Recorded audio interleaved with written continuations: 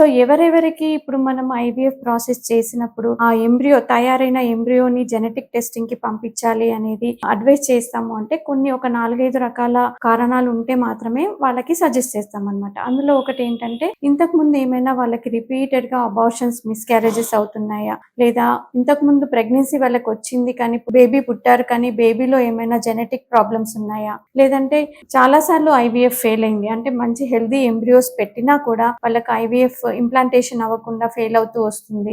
లేదంటే పేరెంట్స్ లో ఏదైనా లేదంటే ఫ్యామిలీలో ఏమైనా జెనెటిక్ ప్రాబ్లమ్స్ ఉన్న బేబీస్ ఉన్నారా? లేదు అంటే ఆ లేడీ యొక్క ఏజ్ అనేది ఎక్కువగా ఉంటే అంటే 38 ఇయర్స్ కంటే ఎక్కువగా ఉన్నా మోర్ దెన్ 40 ఇయర్స్ ఉన్నా అలాంటి వాళ్ళలో మనము ఈపీజీటీ టెస్టింగ్ అనేది సజెస్ట్ చేస్తాం. అంటే ప్రీ ఇంప్లాంటేషన్ జెనెటిక్ టెస్టింగ్ అంటే మనం తయారు చేసిన ఎంబ్రియో నుంచి ఒక ఆ ఎంబ్రియో కవరింగ్ నుంచి ఒక సెల్స్ తీసి మనం టెస్ట్ కి పంపిస్తాం అనమాట. అంటే ఎంబ్రియో కవరింగ్ సెల్స్ అంటే ట్రోఫెక్టోడమా అంటారు. దాని నుంచి సెల్ తీసి మనం జెనెటిక్ అనాలిసిస్ కి పంపించి ఆ రిపోర్ట్ అనేది మనకి 2 వీక్స్ తర్వాత వస్తుంది దాదాపు. సో అప్పటి వరకే ఆ ఎంబ్రియోని మనం ఫ్రీజింగ్ చేసి ఆ రిపోర్ట్ బేస్ చేసుకున్నాక అది జెనెటికల్లీ నార్మల్ ఎంబ్రియో అని మనకి రిపోర్ట్ వస్తే ఆ ఎంబ్రియోని మాత్రమే మనము పేషెంట్ కి ట్రాన్స్ఫర్ చేయడం జరుగుతుంది.